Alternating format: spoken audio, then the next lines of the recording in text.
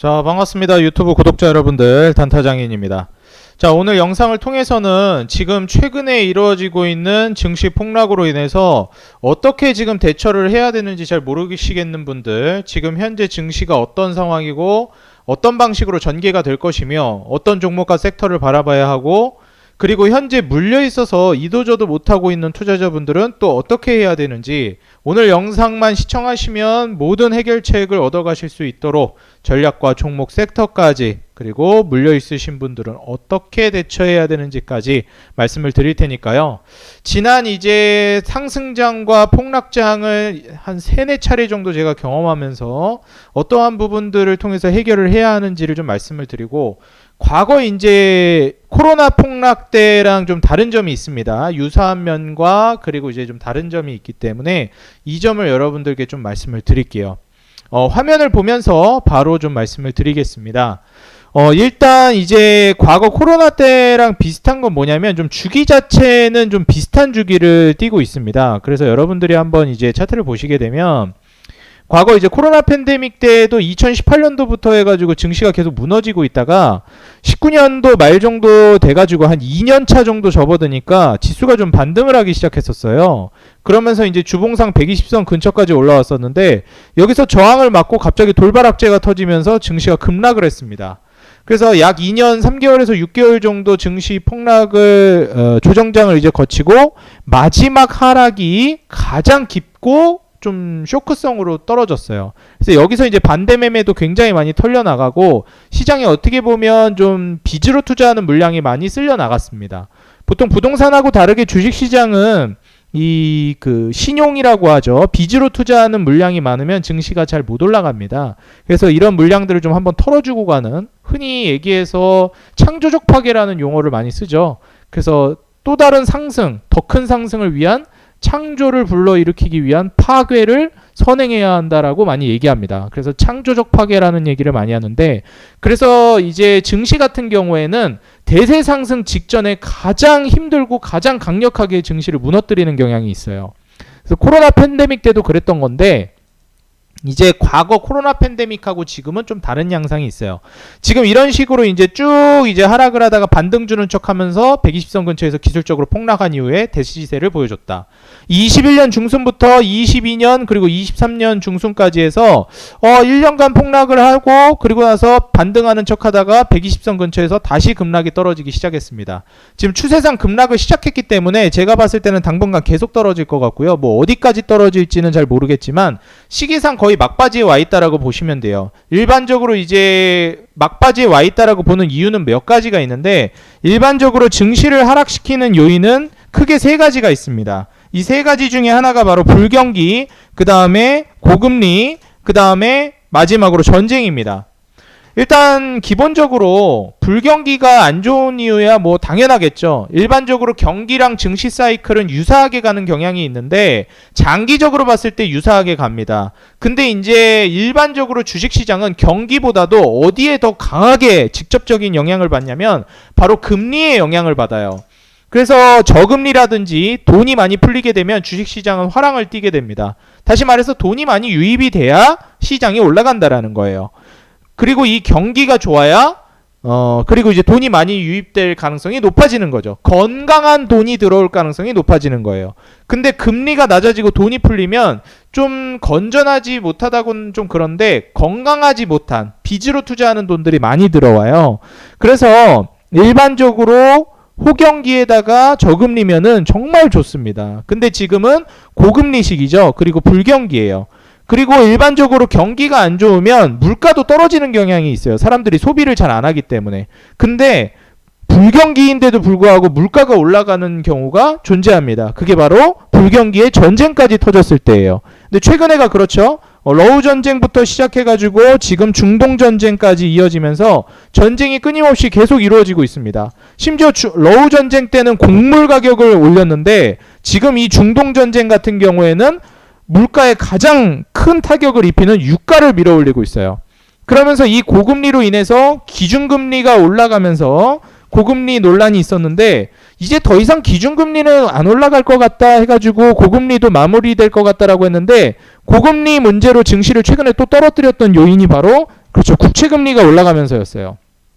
그래서 이제 미국 국채 금리가 올라가면서 실질 금리까지 올라가는 거죠. 기준 금리는 올라가도 국채 금리는 이제 기준 금리가 더 이상 안 올라갈 것 같다 싶으면 실질 금리가 더 이상 안 올라가는 경향도 있거든요. 근데 뭐 전쟁 이슈라든지 또 미국이 경기가 나름 선방을 하고 있다 이런 얘기들이 나오면서 이거 좀 심상치 않다라고 얘기가 나오고 유가도 올라가니까 국채 금리가 뛰었습니다.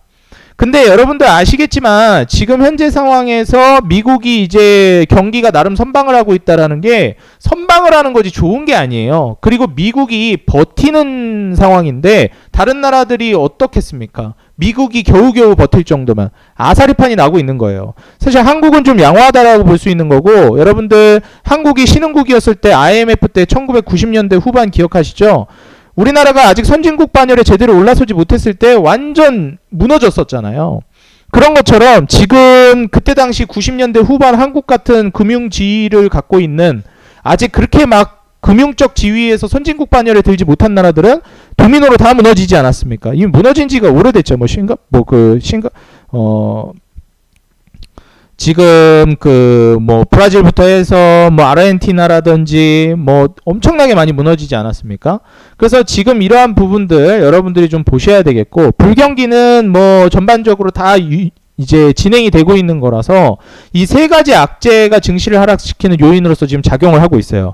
근데 중요한 게 뭐죠? 이미 곡물 가격을 상승시켰던 러우 전쟁, 그리고 유가를 상승시킨 중동 전쟁까지 인플레이션을 멈추지 않고 원자재 공급에 쇼크를 주면서 물가를 밀어올리는 이 전쟁 이슈도 지금 증시에 충분히 반영이 됐고, 오히려 이제 중동 전쟁으로 인한 증시 하락이 굉장히 제한적이었어요. 이게 뜻하는 바는 뭐냐면 이제 더 이상 전쟁이라는 이슈가 증시에 많이 반영이 됐기 때문에 전쟁이라는 악재가 증시를 더 이상 많이 낙폭을 보여주지 못한다라는 뜻입니다. 그래서 전쟁이 이미 시장에 대부분 반영이 돼 있다라고 보시면 돼요. 불경기는 말할 것도 없고요.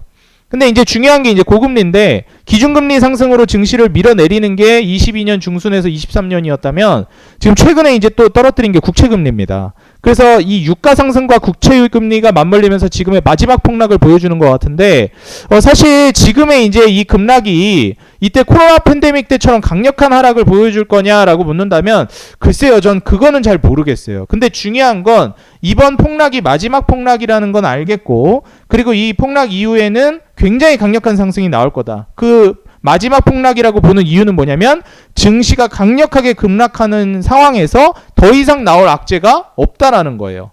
기준금리가 올라갈 수야 있겠지만 더 올라가기에는 굉장히 좀 제한적일 것이다라고 느껴지고 있고, 여기에서 고금리로 인한 도미노가 터져 나오는 게 이제 24년도라고 보고 있는데, 증시는 일반적으로 6개월 정도는 기본적으로 선행하기 때문에 24년도에 나올 만한 그 경기 악재들은 대부분 어느 정도 반영이 돼 있다라고 보셔도 무방합니다. 그래서 지금 그 부분들이 반영되고 있는 증시고, 그로 인해서 급락하고 있다라고 보시면 될 것 같아요. 24년도에 이제 무너질 만한 그런 도미노들을 미리 반영하는 거죠.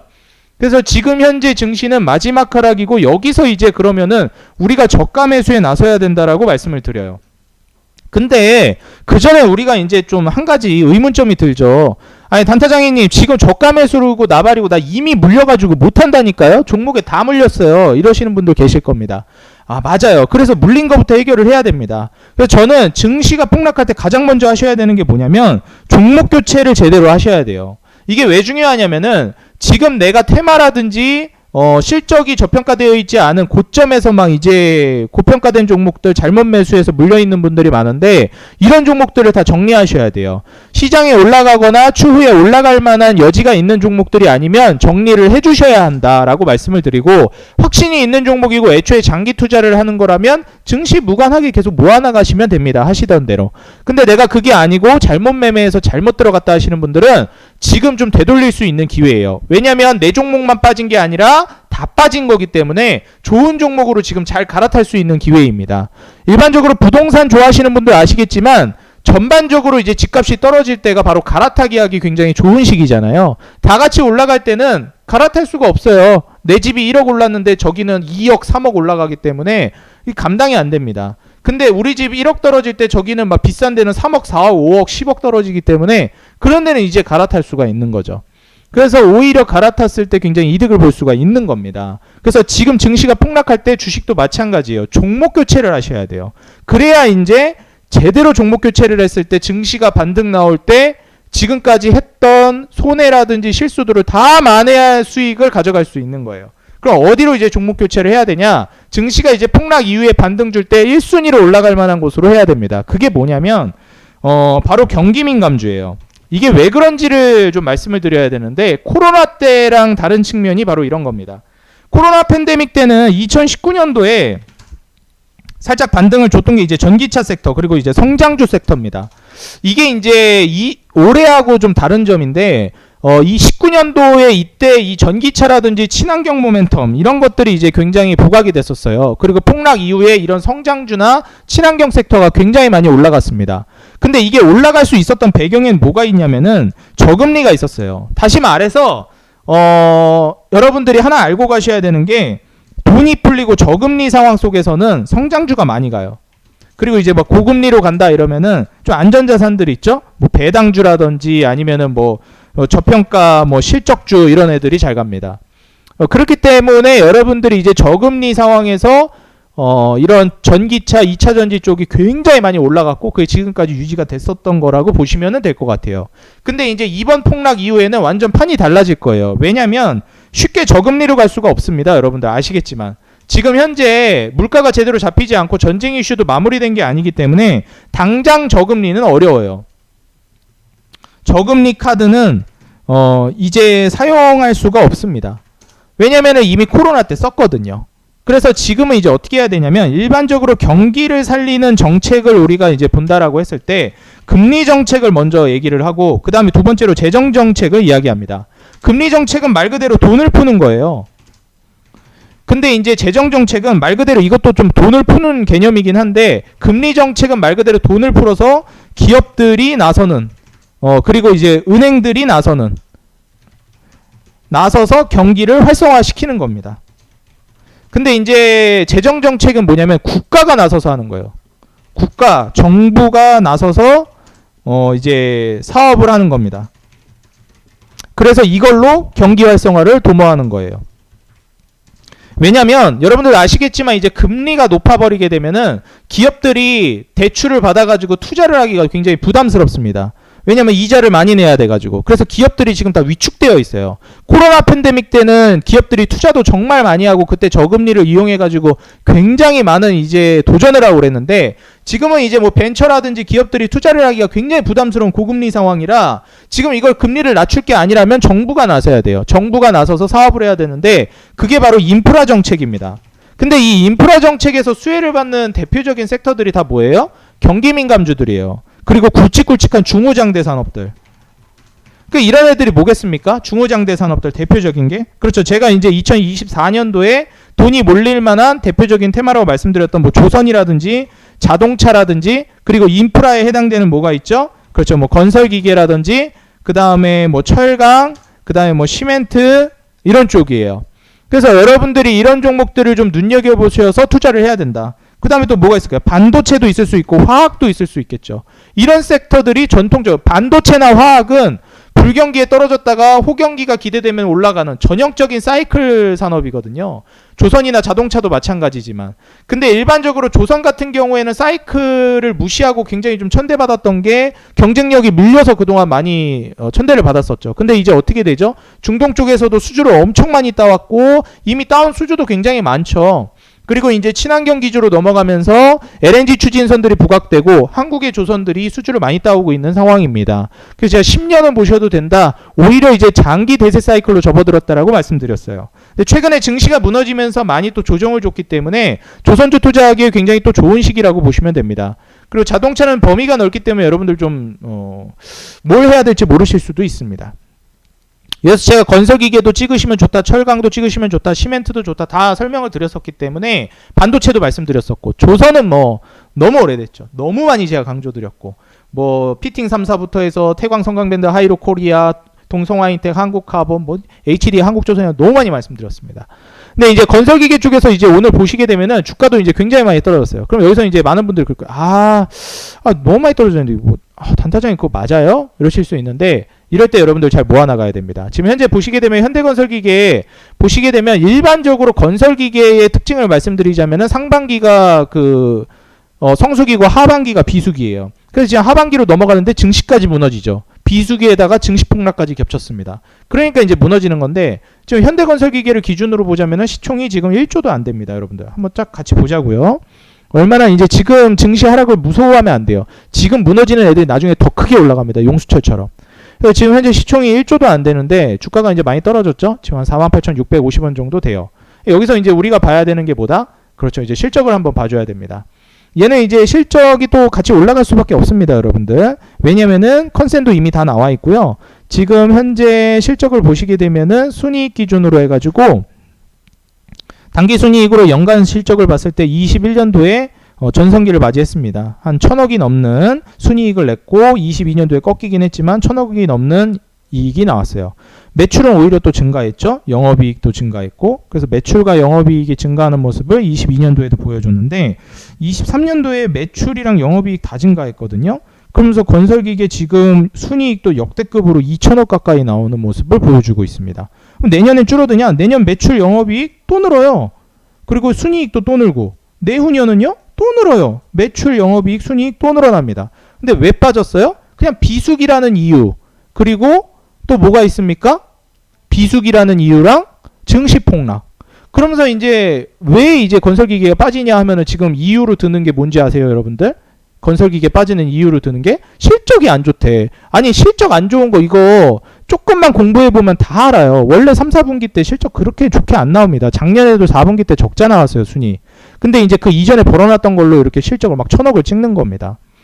근데 지금 현재 막 중동 가서도 대통령이 가서 막 수주 따오고 있고 이런 상황이고 네옴시티나 미국의 그린 뉴딜뿐만 아니라 전 세계적으로 전쟁을 하고 있기 때문에 또 뭐까지 겹치고 있어요? 재건 이슈까지 겹치고 있어요. 건설기계는 진짜 돈을 노다지로 지금 쓸어 담는 기업이에요. 근데 이런 게 지금 완전 억가를 당하고 있는 겁니다. 오히려 지금 저가에 담으려고 큰 손들 일부러 박살내는 것 같기도 해요.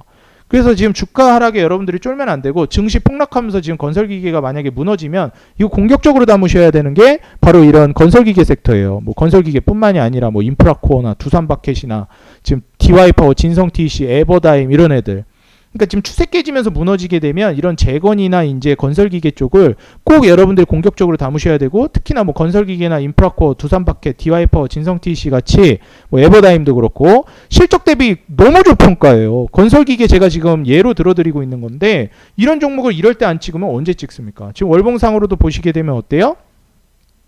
그렇죠. 일반적으로 중순에 고점 찍어요. 왜냐면 상반기에 올라갔다 하반기에 비수기라 떨어졌다. 상반기에 올라갔다 떨어졌다. 상반기에 올라갔다 떨어졌다. 지금 이 수순인데 지금 고점을 분명히 뚫어준다는 거예요. 실적은 계속 늘어나고 있기 때문에. 그래서 내년 내후년으로 가면 이제 계속 늘어나는 건데 지금 판까지 깔린 상황이다. 그래서 저는 기본적으로 현대건설기계는 역대급 신고가는 당연히 쓴다고 보거든요. 그래서 지금 떨어질 때 이 종목 잘 모아나가면 뭐 잭팟 터지는 건 당연한 거고 역대급 신고가가 이제 11만원 뚫으면은 상장일에 최고 신고가를 쓰는 건데 11만원을 못 쓸 수가 없어요. 왜냐면 내후년 이제 수주라든지 기본적으로 컨센서스랑 지금 글로벌 인프라 투자 수요를 봤을 때 순이익 2천억대가 지금 이렇게 나오게 된다라고 하면은 기본적으로 이게 매출 영업이익 순이익이 18년도부터 해가지고 꾸준히 성장한 18년도 이후에 19년도 20년도가 오히려 줄었었습니다. 그래서 20년도에 가장 안 좋았다가 21, 22, 23, 24, 25로 가면서 계속 늘어나는 거예요. 근데 이런 애들이 또 굉장히 이제 중요한 이유가 아까 제가 설명드린 거랑 연결이 되는 거예요. 코로나 팬데믹 때는요 금리 정책을 써가지고 증시를 살렸어요. 그렇기 때문에 어떤 섹터의 종목들이 잘 가냐면 성장주, 지금 돈이 안 돼도 미래에 투자하는 거, 뭐 로봇이나 전기차나 막 이런 애들 있죠. 그래서 미래 기술 쪽에 성장 산업에 많이 돈이 몰립니다. 근데 재정 정책을 할 때는 어디로 몰리는지 알아요? 당장 돈이 되는 걸로 몰려요, 돈이. 인프라라든지 아니면 진짜 막 반도체, 화학, 사이클 산업에 돈이 많이 몰립니다. 조선 자동차, 중후장대 이런 거. 진짜 뚱땅뚱땅 제조해서 만들어가지고 당장 실물로서 팔 수 있는 거. 당장 돈이 되는 거. 이런 거에 집중해요. 그렇기 때문에 이때 금리 정책으로 살렸던 코로나 때랑은 주도하에서 이번에 폭락 이후에 대세 상승이 나올 때는 성장 산업이 아니라 전기차, 2차 전지 같은 성장 산업이 아니라 이런 중후장대 산업이나 인프라 산업, 경기 민감 산업, 사이클 산업들이 올라갈 거예요. 그리고 제조업들. 그래서 제가 이전에 영상에서도 뭐 한세실업이라든지 아니면 신성통상 이런 거를 제가 찍어야 된다라고 말씀드린 겁니다. 다 제조업. 그래서 이런 종목들을 보셔야 이번 폭락 이후에 지수가 반등할 때 여러분들이 이 부의 추월차선에 올라탈 수가 있는 거예요. 아, 이번에 폭락하니까 지난번처럼 이번에 뭐 성장주 뭐 찍어볼까? 이렇게 하면은 항상 같은 방식으로 전개가 되지만 조금씩 다르게 전개됩니다. 그래서 이번에도 여러분들 증시는 폭락 이후 대시세를 보여주겠지만 과거 금리 정책으로 증시를 끌어올렸을 때랑은 달라요. 재정 정책으로 끌어올립니다. 이번에는 국가들이 나서서 정부 정책으로 끌어올리는 거예요. 그렇기 때문에 이번에는 정부의 돈이 몰리는 정부 사업에 여러분들이 투자를 하셔야 돼요. 그게 바로 인프라 쪽입니다. 그래서 이거를 모르면 또 성장주나 찍고 있겠죠. 이제 뭐 올라간다 하면서 지수 올라간다 하면서. 근데 이제는 돈풀기가 아니라는 거. 물론 또 다른 의미의 돈풀기 완화 정책은 맞지만 돈풀기랑은 다른 완화 정책이죠. 금리 정책이 아닌 재정 정책을 쓰기 때문에 여기에 투자를 하셔야 된다는 거예요. 그래서 지금 건설기계를 아마 지금 과하게 누를 겁니다. 왜냐하면 시장이 무너질 때도 불경기일 때 과하게 반응하는 애들이기 때문에. 근데 실적은 계속 늘어납니다. 주가랑 거꾸로 가고 있죠? 이런 애들을 보셔야 돼요. 완전 저가 매수 찬스인 애들.